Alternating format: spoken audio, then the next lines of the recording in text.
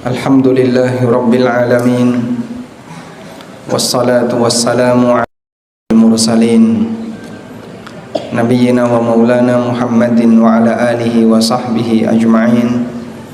Wa ashhadu an la ilaha illallah wahdahu la syarika lah, wa ashhadu anna Muhammadan abduhu wa rasuluh sallallahu alaihi wa ala alihi wa sahbihi wa man tabi'al huda ila yaumiddin.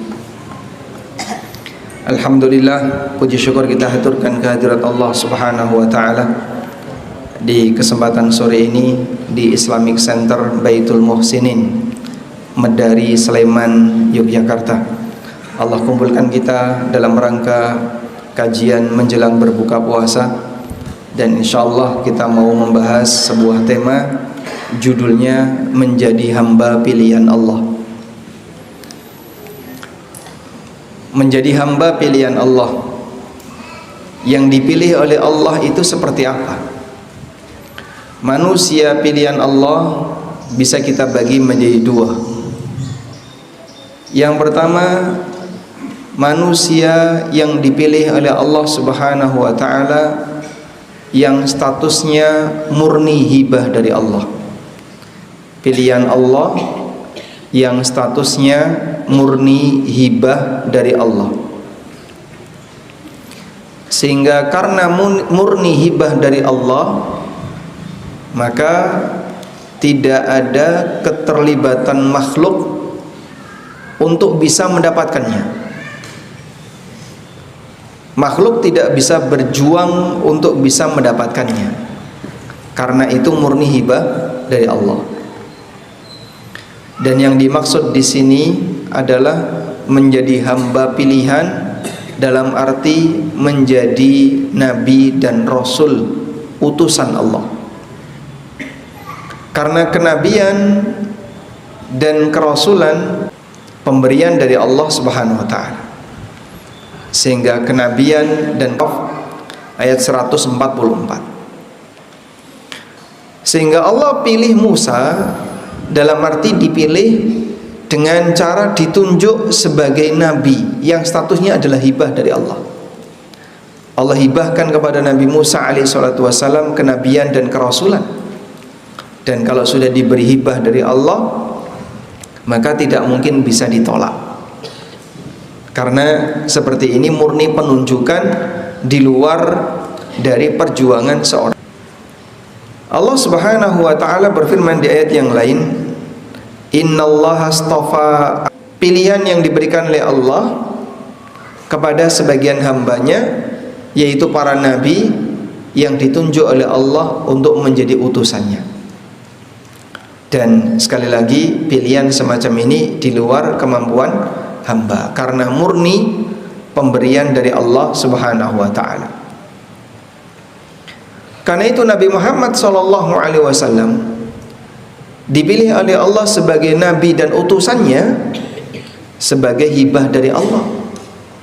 Apakah beliau punya peran untuk mewujudkan itu? Jawabannya tidak. Karena itu sebelum Nabi Muhammad SAW diutus, banyak sekali para rahib-rahib Yahudi, para pendeta-pendeta Nasrani, mereka berusaha untuk bisa menjadi seorang nabi. Caranya gimana? Di antara mereka ada yang rajin ibadah, bahkan jarang untuk keluar dari kuilnya. Jarang keluar kuil gimana Pak? Fokus beribadah di dalam kuil tempat ibadahnya. Ada yang puasa tiap hari, ada yang sholat terus tiap hari, ada yang ibadah terus sampai badan fisiknya itu nggak terurus, karena dia berjuang agar nanti ditunjuk sebagai nabi. Dan itu terjadi pada beberapa kalangan pendeta Yahudi. Dari sinilah kita bisa lihat bagaimana orang di masa silam mereka berusaha untuk berjuang jadi nabi, sehingga mereka sampai rajin ibadah dan berusaha berjuang untuk melakukan ketaatan agar diutus sebagai utusan Allah Subhanahu wa taala. Dan mereka tahu setelah Nabi Isa masih ada Nabi yang terakhir. Nabi yang terakhir itu akan datang setelah sekian ratus tahun pasca Nabi Isa diangkat oleh Allah. Atas keyakinan itu mereka persiapan untuk menyambut Nabi yang terakhir. Bahkan sampai mereka itu mencari tahu seperti apa sih kriteria Nabi yang terakhir itu. Allah mengatakan dalam Al-Quran, mereka mengenali Nabi Muhammad sebagaimana mengenali siapa? Anaknya sendiri. Ya'rifunahu kama ya'rifuna abna'ahum. Mereka mengenali Nabi SAW sebagaimana mereka mengenali anak-anak mereka sendiri. Bahkan mereka lebih kenal tentang Nabi Muhammad SAW daripada anaknya. Karena kalau anaknya itu informasi dari orang lain, mungkin dia tidak ikut dalam prosesi istrinya ketika melahirkan.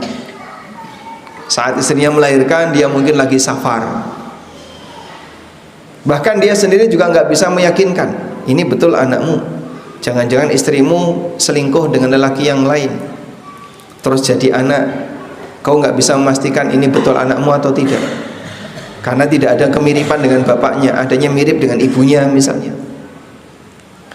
Tapi dia merasa ini anak saya karena terlahir dari istri saya. Walaupun ketika lahir saya nggak ada di tempat, sedang safar, tapi diinfo bahwasanya ini lahir dari istri saya. Masih ada peluang keraguan. Namun terkait Nabi Muhammad SAW, mereka itu sangat yakin dengan berita yang tercantum dalam Taurat, dalam kitab-kitab yang mereka punya, bahwasanya Muhammad itu cirinya seperti ini. Nabi terakhir itu cirinya seperti ini. Tapi karena kesombongan yang mereka miliki, kemudian disebabkan karena al-baghyu, disebabkan karena kedengkian yang ada dalam diri mereka, maka mereka menyembunyikan kebenaran itu. Dan salah satu di antara sebabnya adalah ternyata Nabi yang terakhir ini tidak berasal dari Bani Israel. Sebab Nabi yang terakhir ini berasal dari siapa? Keturunan Nabi Ismail, bukan keturunan Yakub. Bani Israel itu berarti kan keturunan Nabi Yakub alaihissalam. Oh, ternyata Nabi yang terakhir bukan keturunan Yakub, tapi keturunan Ismail. Sehingga mereka nggak ridho kalau Nabi yang terakhir itu berasal dari keturunan Ismail, bukan keturunan Ishak atau keturunan Yakub. Baik. Tapi ketika Allah Subhanahu wa taala sudah memilih jadi nabi, siapapun tidak akan bisa menolak. Dulu orang musyrikin itu mengusulkan, kenapa yang jadi nabi itu kok bukan Al-Walid bin Mughirah atau Urwah bin Mas'ud? Jadi ada dua orang hebat di kalangan musyrikin di masa silam yang dianggap sebagai tokoh besar bagi masyarakat. Yang pertama siapa tadi? Al-Walid bin Mughirah. Ini berasal dari mana? Dari Mekah. Beliau ayahnya Khalid bin Walid. Al-Walid bin Mughirah Al-Makhzumi, orang yang dia dianggap sebagai petuah tertinggi masyarakat Quraisy. Apapun yang diucapkan oleh Al-Walid ini sudah mencapai puncak. Jadi kalau Abu Jahal itu masih di tingkatan bawahnya Al-Walid.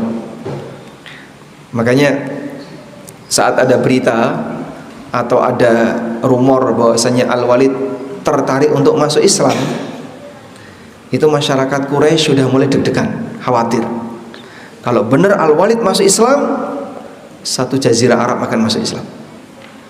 Abu Jahal datang ke Al-Walid, lalu dia mengatakan, inna qaumaka dhannu annaka qad sabbata. Masyarakatmu menyangka kau sudah menjadi sobi'ah, mengikuti Muhammad. Kalau sampai kau jadi sobi'ah, maka seluruh jazirah Arab akan jadi umat Muhammad.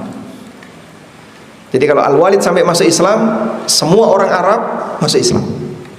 Ini hebatnya Al-Walid.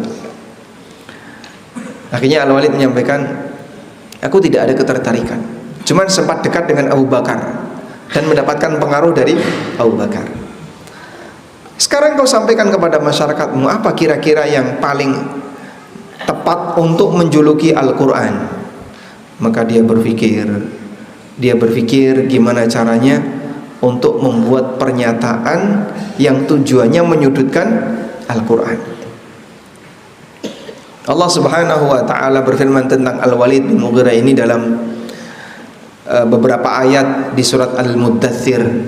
Allah Ta'ala berfirman, "Dzarni wa man khalaqtu wahida wa ja'altu lahu malam mamduda wa mahattu lahu tamhida thumma yatma'u an azid." Tinggalkan aku bersama dengan orang yang aku ciptakan sendirian. Yang dimaksud di situ adalah Al-Walid bin Mughirah, yang dia innahu fakkara wa qaddar faqutila kaifa qaddar thumma qutila kaifa qaddar thumma nadhar, yang dia berusaha untuk berpikir dalam rangka untuk menetapkan kalimat apa yang cocok untuk menyudutkan Al-Quran. Faqutila kaifa qaddar, maka terkutuk kenapa dia berusaha untuk menetapkan kalimat yang menyudutkan Al-Quran. Thumma nadhar, dia berpikir. Thumma abasa wastakbar wa qala in hadza illa sihrun yu'thar. Kemudian dia dengan sikap sombongnya mengatakan, in hadza illa sihrun yu'thar. Al-Quran itu tidak lain adalah kitab sihir yu'thar, yang bisa memberikan pengaruh. Maka orang terkadang berubah pemikiran gara-gara mendengarkan Al-Quran. Jadi Al-Quran disebut sebagai kitab bohong. Mereka nggak punya bukti kalau Muhammad berbohong. Al-Quran mau disebut sebagai perkataan dukun, beda jauh sama perkataan dukun. Disebut sebagai jampi-jampi tukang sihir, juga nggak bisa. Bingung mereka. Kalimat tepat apa yang bisa digunakan untuk melabeli Al-Quran? Baik. Sehingga mereka mengusulkan andaikan Quran itu diturunkan kepada Al-Walid bin Mughirah. Yang kedua adalah siapa tadi yang kedua tadi? Urwah bin Mas'ud. Urwah bin Mas'ud ini orang Taif. Mereka mengusulkan, kenapa Al-Quran tidak diturunkan kepada Urwah bin Mas'ud? Kenapa yang jadi nabi kok bukan Urwah bin Mas'ud? Dia termasuk di antara tokoh besar di kalangan orang musyrik, tapi berasal dari Bani Thaqif yang tinggal di Taif. Berkaitan dengan fenomena ini, Allah Subhanahu wa ta'ala menceritakan dalam Al-Quran. Tepatnya di surat Az-Zukhruf ayat 31. Wa qalu laula nuzzila hadzal Qur'an ala rajulin minal qaryataini azim. Mereka mengatakan, kenapa Al-Quran tidak diturunkan kepada orang agung, orang besar yang berasal dari dua kota besar, yaitu Mekah dan Taif. Yang dimaksud orang besar dari kota Mekah adalah Al-Walid bin Mughirah, dan yang dimaksud orang besar dari kota Taif adalah Urwah bin Mas'ud. Lalu dibalas oleh Allah Subhanahu wa ta'ala, ahum yaksimuna rahmata rabbik, apakah mereka yang punya hak untuk menetapkan rahmat dari Allah? Apa hak mereka, wewenang mereka untuk ikut campur dalam urusan ini? Allah mau mengutus si A jadi nabi, si B jadi nabi, si C jadi nabi, terserah Allah. Kok berani-beraninya ada orang yang ngatur-ngatur Allah? Kenapa yang jadi nabi kok bukan Al-Walid bin Mughirah atau Urwah bin Mas'ud? Apa urusanmu? Siapa yang lebih berat untuk membagi rahmat Allah? Ya, makanya kalau ada orang zaman sekarang, Pak, mereka barangkali mencoba untuk protes. Kenapa sih nabinya kok dari Arab? Lah maunya dari mana? Ya coba dari Jawa. Kalau nabi dari Jawa, terus apa kamu mau beriman kepada beliau? Nanti orang Arab protes, kenapa nabinya dari Jawa, kok nggak dari Arab? Terus maunya dari mana? Pindahlah, dari suku mana? Dari Eropa, dari mana? Sehingga Allah mau mengutus nabi yang berasal dari daerah A, dari daerah B, dari daerah C, Apakah hamba punya peran di situ? Tidak punya. Apa hakmu untuk ngatur-ngatur seperti itu? Itu 100% adalah hak Allah. Kalau itu 100% hak Allah, maka kau tidak punya wewenang, tidak punya hak sepeser pun untuk ikut terlibat dan ikut mengatur. Mundur. Dalam hal ini murni haknya Allah Subhanahu wa taala. Ini bentuk pilihan Allah yang sifatnya adalah murni hibah dari Allah, sehingga hamba tidak punya peran sedikit pun untuk ikut terlibat. Karena yang namanya kenabian itu murni pilihan dari Allah Subhanahu wa taala. Sampai pun Nabi Muhammad SAW dijadikan oleh Allah sebagai nabi, sebagai murni hibah dari Allah, bukan karena kehebatan beliau sebelum beliau jadi nabi. Allah taala berfirman, wa wajadaka dhallan fahada. Dia menjumpaimu wahai Muhammad dhallan, dalam kondisi dhal.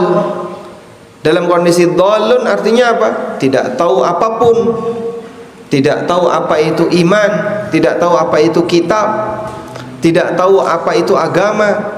Fahada, lalu Allah berikan petunjuk kepada kamu. Di ayat yang lain Allah Subhanahu wa taala mengatakan, ma kunta tadri mal kitab walal iman. Kau dulu enggak tahu apa itu kitab dan apa itu iman. Sehingga setelah beliau diutus jadi nabi, barulah Allah Subhanahu wa taala memberitahu beliau. Baik. Dari sinilah kita bisa memahami bahwa dalam kondisi ketika seorang hamba itu diutus oleh Allah jadi nabi, beliau sifatnya adalah murni diberi oleh Allah Subhanahu wa taala. Kemudian muncul pertanyaan, apakah Nabi Muhammad sallallahu alaihi wasallam sudah tahu kalau beliau akan diutus jadi nabi sebelum beliau jadi nabi, ataukah beliau tidak tahu? Coba kita bacakan beberapa keterangan berikut ini. Salah satu di antara riwayat yang menyebutkan akan hal ini adalah kisah yang disebutkan dalam Sunan At-Tirmidzi tentang kisah perjalanan Nabi Muhammad SAW sewaktu beliau diajak ke Syam. Beliau bersama pamannya Abu Thalib pernah diajak menuju Syam, dan itu perjalanan yang sangat jauh ya, dari Mekah ke Syam, Mekah Madinah, itu perjalanan berapa Pak? Mekah Madinah berapa? 2,5 jam kereta cepat.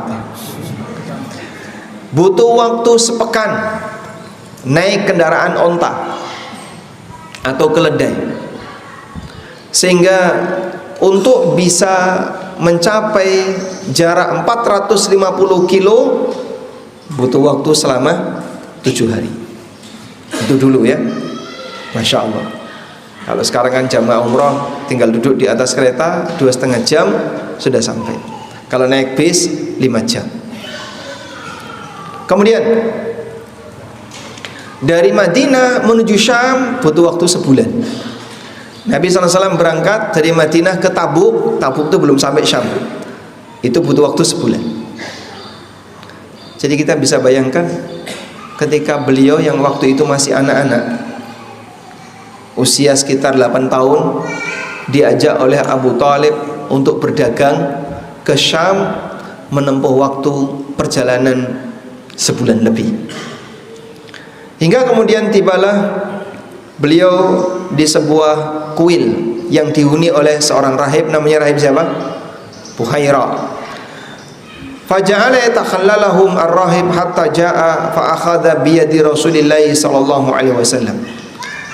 Maka rahib Buhaira tidak pernah turun dari tempat ibadahnya sampai dia melihat Rasulullah SAW datang.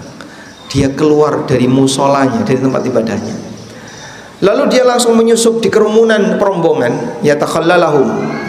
Jadi kalau misalnya seperti ini ya, ada banyak orang sedang duduk bareng atau berdiri bersama, tiba-tiba ada orang dari pintu pengen menuju ke tempat saya, Maka dia harus menyela-nyelai siapa?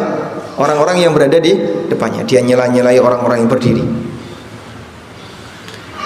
Sampai dia mengambil tangan Rasulullah SAW yang waktu itu masih anak-anak. Faqala, lalu si rahib ini mengatakan, hadza sayyidul alamin. Ini adalah pemimpin masyarakat seluruh alam. Hadza rasul rabbil alamin. Ini adalah utusan Rabbul alamin. Yab'atsuhu Allahu rahmatan lil alamin. Allah mengutus beliau sebagai rahmat bagi seluruh alam. Faqala lahu asyakhun min Quraisy. Maka orang-orang Quraisy, pemuka-pemuka Quraisy bertanya kepada rahib ini, ma ilmuka? Dari mana kamu tahu? Faqala, lalu si rahib Bukhairah ini mengatakan, innakum hina ashraftum minal aqabah lam yabqa syajarun wala hajarun illa kharra sajida. Sejak kalian datang dari daerah Aqabah tadi, setiap kali ada pohon dan batu, semuanya sujud kepadanya. Wala yasjudani illa linabiyyin, dan pepohonan, bebatuan tidak akan sujud kecuali kepada seorang nabi. Wa inni a'rifuhu bi khatamin nubuwah asfala min udhfur katifihi mithla tufaha.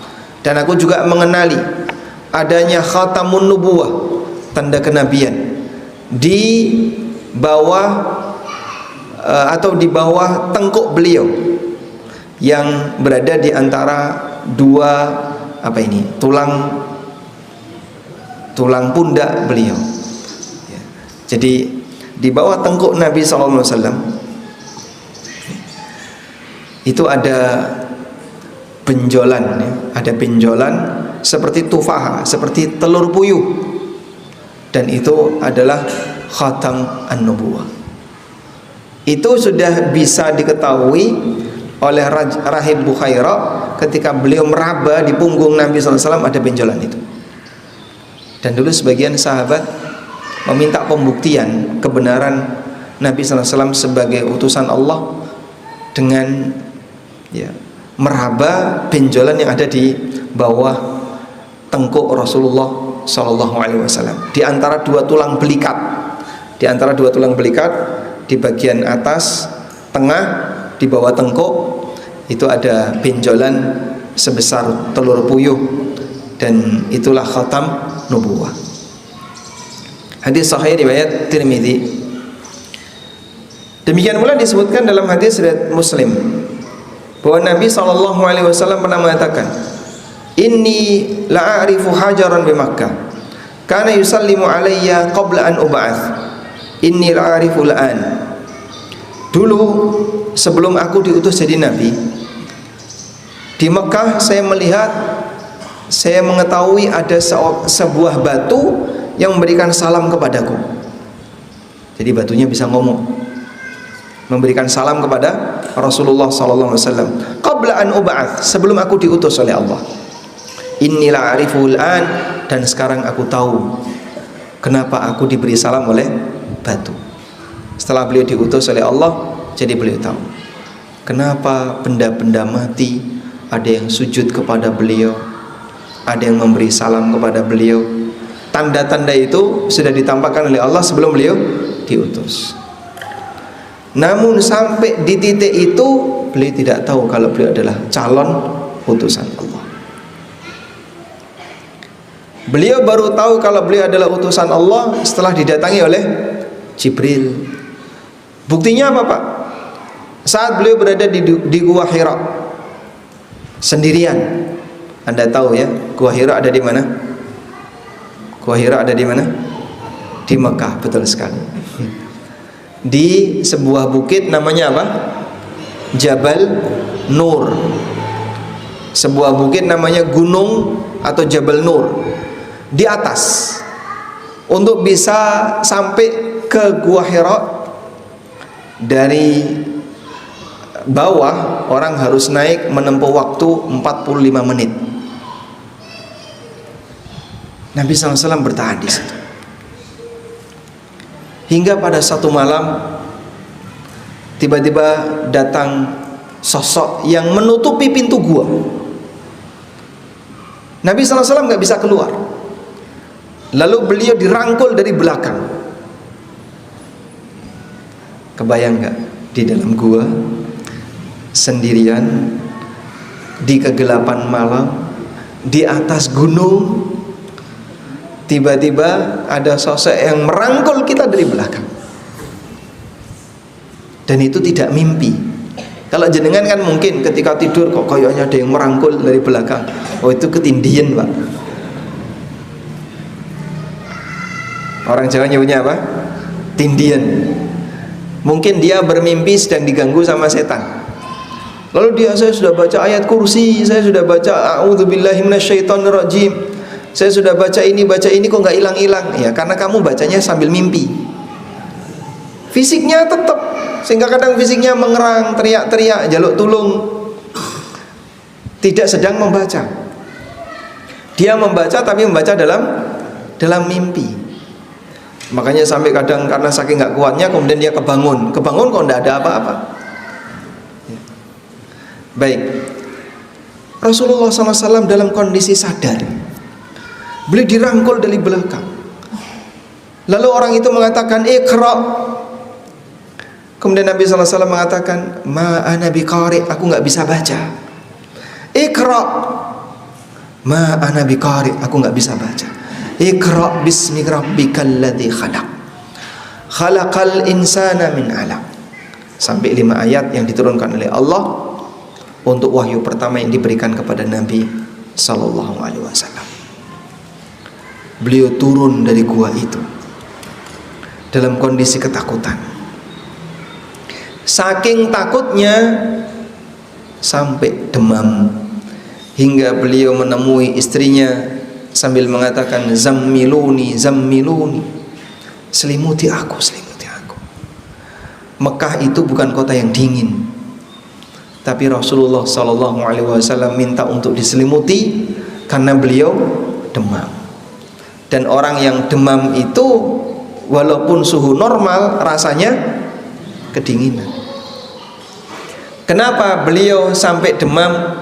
Karena ketakutan. Dan manusia kalau dalam kondisi sangat ketakutan itu bisa sampai demam. Akhirnya setelah beliau mulai tenang, mereda, Khadijah radhiyallahu anha sebagai seorang istri yang baik, beliau mengantarkan Rasulullah sallallahu alaihi wasallam untuk menemui Waraqah bin Naufal. Yang Waraqah ini dalam biografinya wa kana yutarjimu Taurat min Suryaniyah ilal Arabiyah.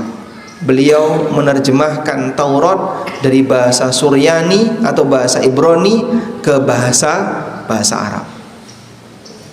Dalam ayat yang lain dari bahasa Ibrani ke dalam bahasa Arab. Dah?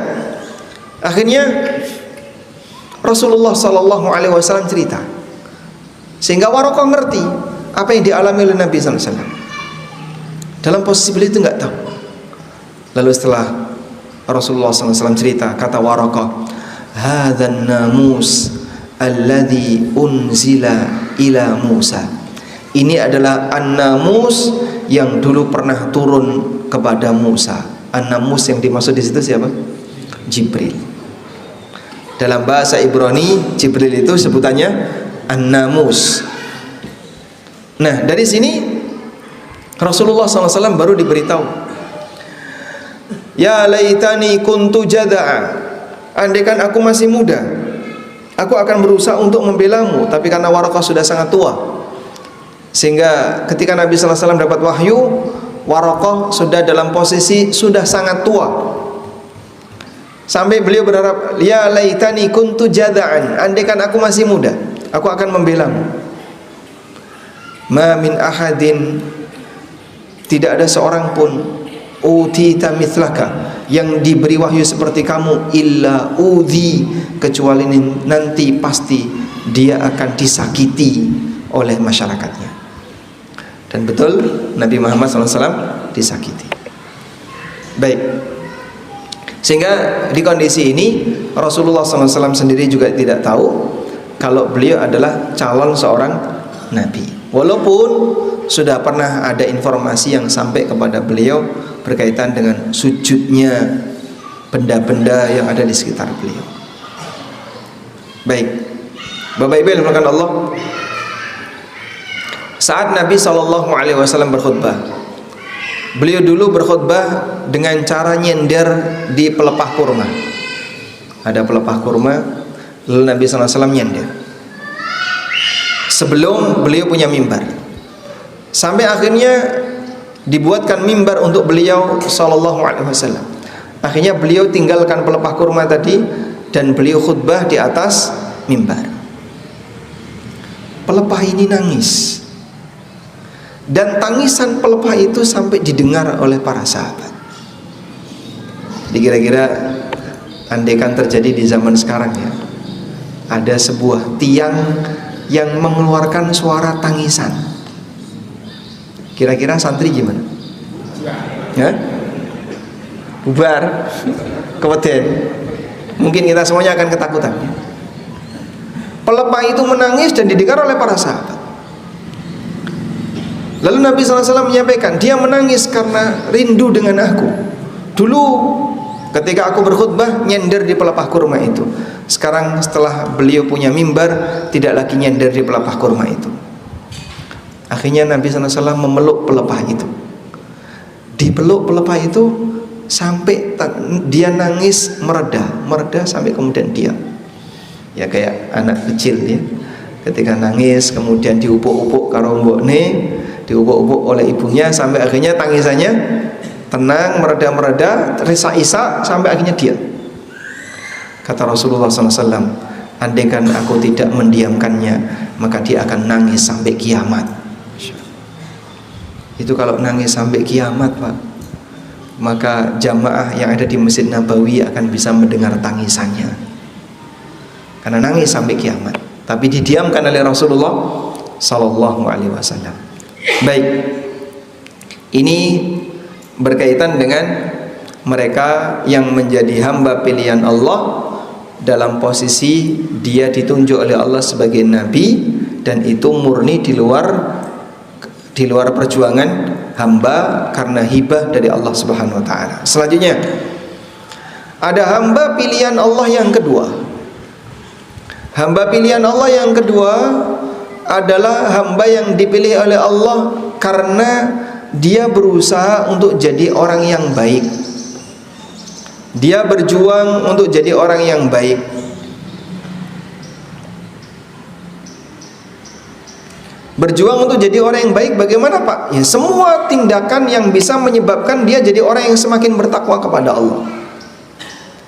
Baik perjuangan untuk jadi hamba yang taat, berjuang untuk jadi hamba yang ikhlas ketika melakukan ketaatan, berjuang untuk bisa istiqomah agar selalu ikhlas dalam melakukan ketaatan, berjuang bagaimana dia berjuang untuk semakin dekat dengan Allah. Hamba seperti ini disebut oleh Allah sebagai orang yang diselamatkan dari gangguan setan. Kalau Anda lihat dalam Al-Quran, ada banyak sekali ayat yang menyebutkan kalimat illa ibadallahil mukhlasin, illa ibadallahil mukhlasin. Kalimat illa ibadallahil mukhlasin saya sebutkan ya.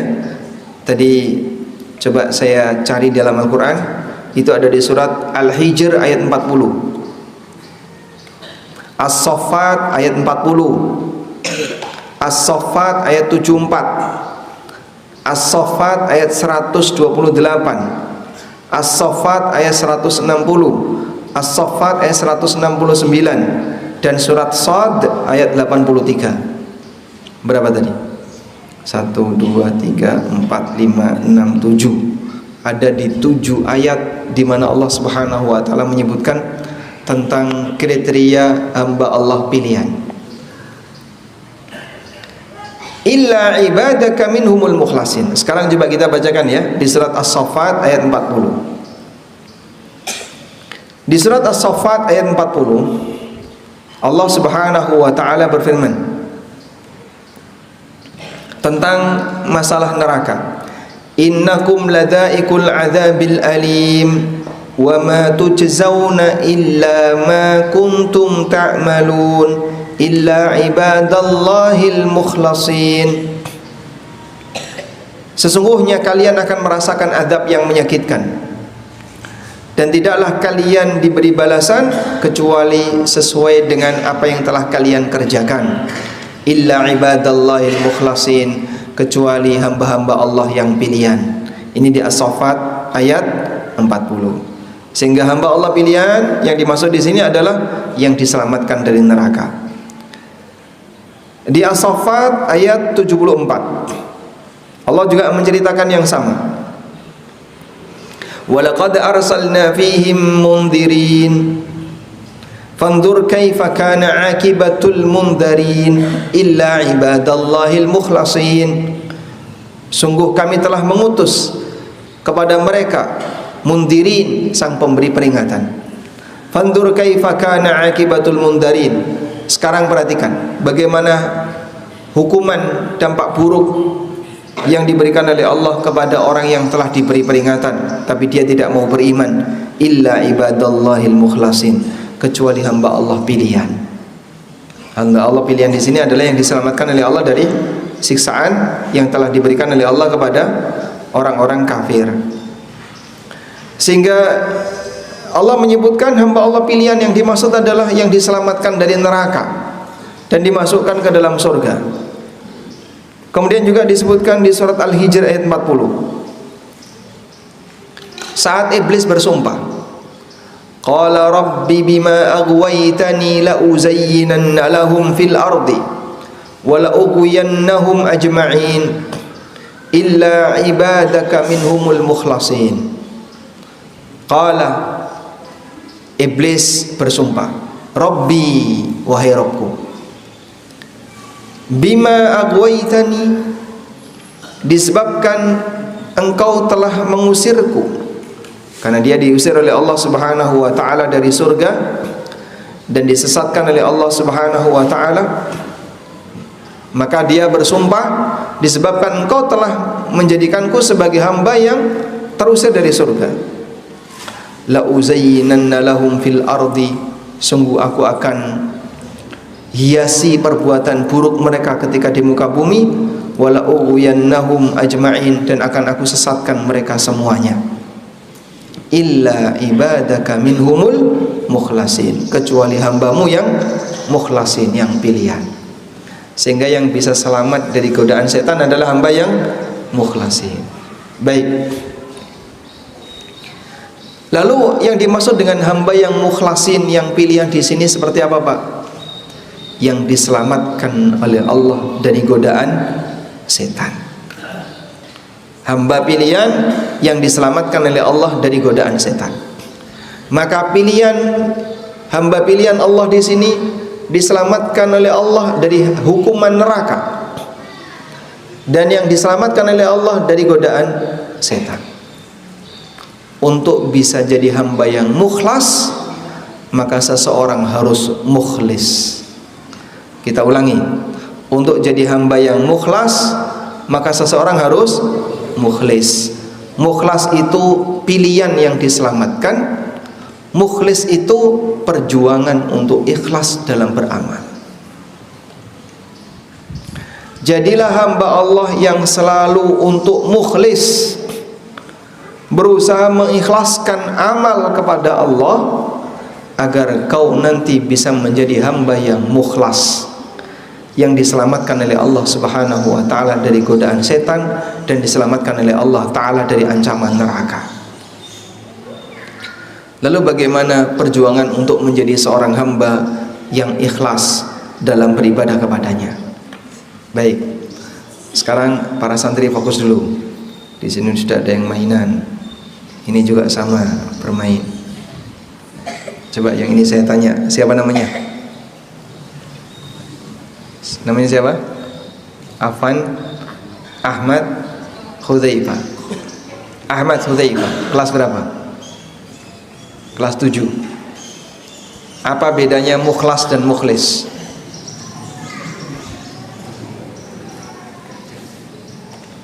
Apa bedanya mukhlas dan mukhlis?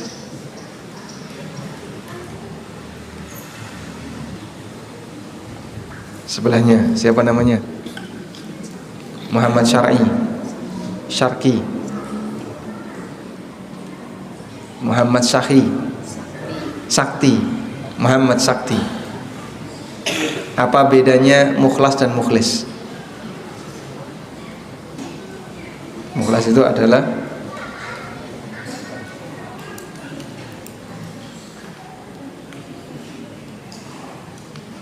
kalau mukhlis, nah kamu, apa bedanya mukhlas dan mukhlis? Hamba pilihan Allah. Seperti apa hamba yang dipilih oleh Allah itu?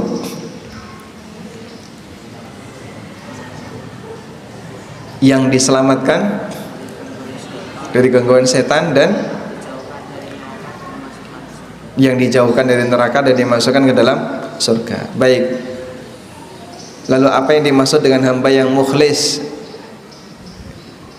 Siapa namanya? Ibnul Qayyim. Ibrahim, Masya Allah. Ibrahim kelas berapa Ibrahim? 7. Apa yang dimaksud dengan hamba yang mukhlis? Hamba yang ikhlas. Jadi bedanya apa antara mukhlas dan mukhlis? Mukhlas itu balasan, mukhlis itu perjuangan.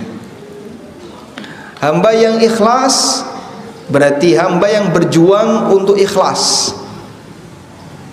Hamba yang mukhlas yang dipilih oleh Allah sehingga dia diselamatkan dari gangguan iblis dan diselamatkan dari siksaan neraka. Sekarang berjuang untuk ikhlas itu bagaimana Pak? Ikhlas dalam ini ada 2. Yang pertama adalah ikhlasul amal,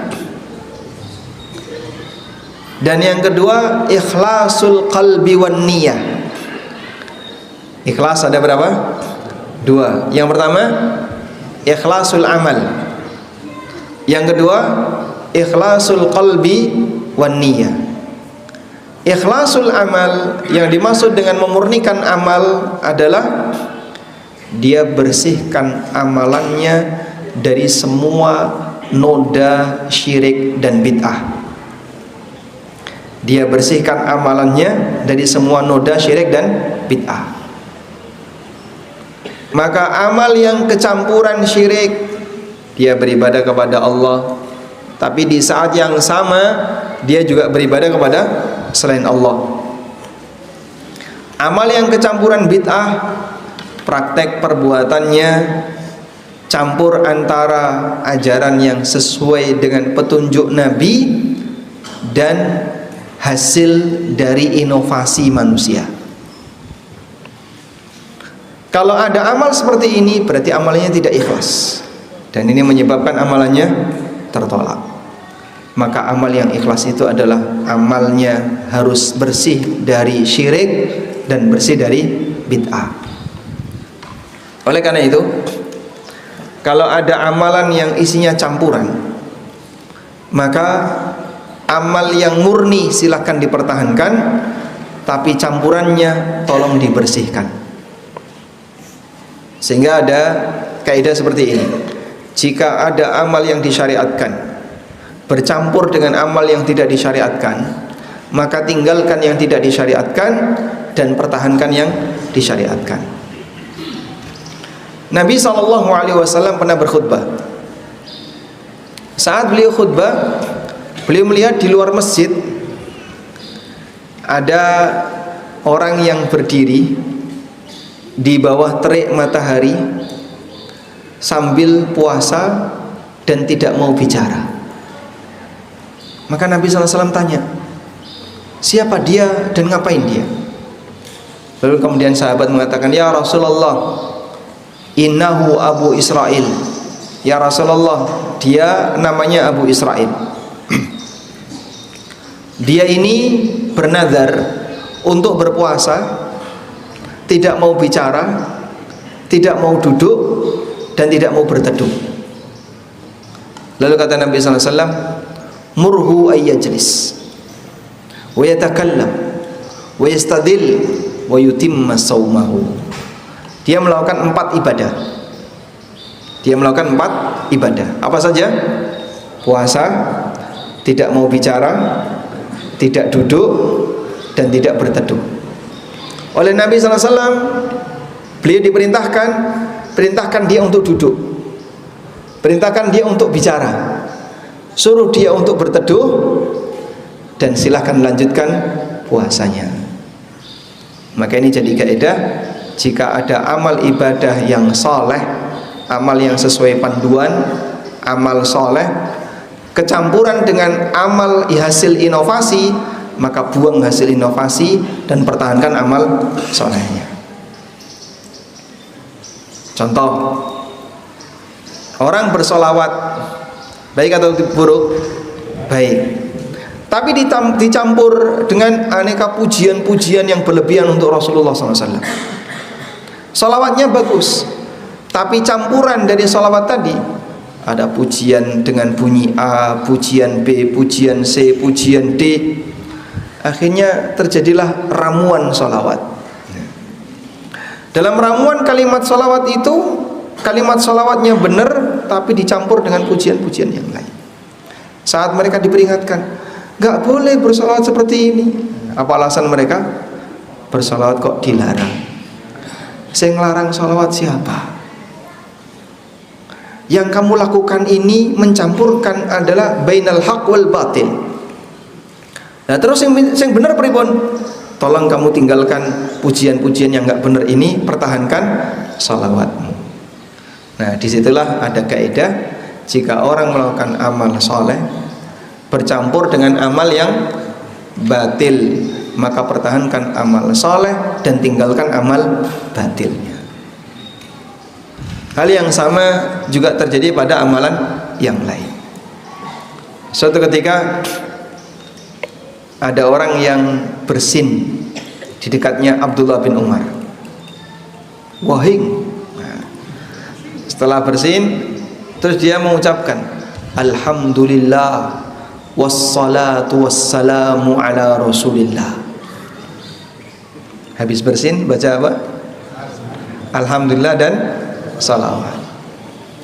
Maka diperingatkan sama Abdullah bin Umar, Naam, as-salatu wassalamu ala Rasulillah. Betul, salat dan salam itu memang untuk Rasulullah. Namun bukan seperti ini yang diajarkan oleh Nabi SAW kepadaku. Nabi SAW mengajarkan kepada kami kalau bersin untuk membaca Alhamdulillah alladzi, alhamdulillahi ala kulli hal. Alhamdulillahi ala kulli hal. Bersin itu ada 2 cara baca hamdalah. Bisa alhamdulillah saja, bisa alhamdulillahi ala kulli hal. Sehingga sholawat tidak disalahkan. Sholawat untuk Nabi betul. Tapi ketika kamu bersin lalu kamu menambahkan kalimat hamdalah dengan sholawat, ini salah tempat. Sholawatnya tidak dilarang, tapi jika kau yakini bahwasanya ajaran Nabi SAW adalah menggabungkan antara sholawat dengan bersin, ini keliru. Paham ya? Nah, disinilah kita perlu untuk melakukan tajridul amal, memurnikan amal hanya boleh yang sesuai petunjuk Nabi SAW. Yang kedua adalah ikhlasun niyah, yaitu mengikhlaskan niat dan tujuan. Disitulah seorang hamba diajarkan, kalau kamu beramal yang sudah sesuai panduan, miliki harapan tertinggi, yaitu dalam rangka untuk mendapatkan pahala dari Allah Subhanahu wa taala. Miliki harapan yang tertinggi, yaitu dalam rangka untuk mendapatkan ridha Allah Subhanahu wa taala. Jangan kau mencari yang lain. Ketika dia mencari tujuan-tujuan yang lain, ini akan menodai kualitas dari amal seorang hamba. Maka siapa yang bisa memurnikan amal, insya Allah dia akan menjadi hamba pilihan yang dipilih oleh Allah. Sebab mukhlis bisa menjadi mukhlas, Wallahu a'lam. Walhamdulillahirabbil alamin. Mungkin itu yang bisa kita sampaikan. Semoga apa yang kita baca ini atau yang kita pelajari bersama ini menjadi kajian yang bermanfaat. Allahumma anfa'na bima 'allamtana wa 'allimna ma yanfa'una warzuqna ilma. Wa sallallahu ala nabiyyina Muhammadin wa ala alihi wa sahbihi wa sallam.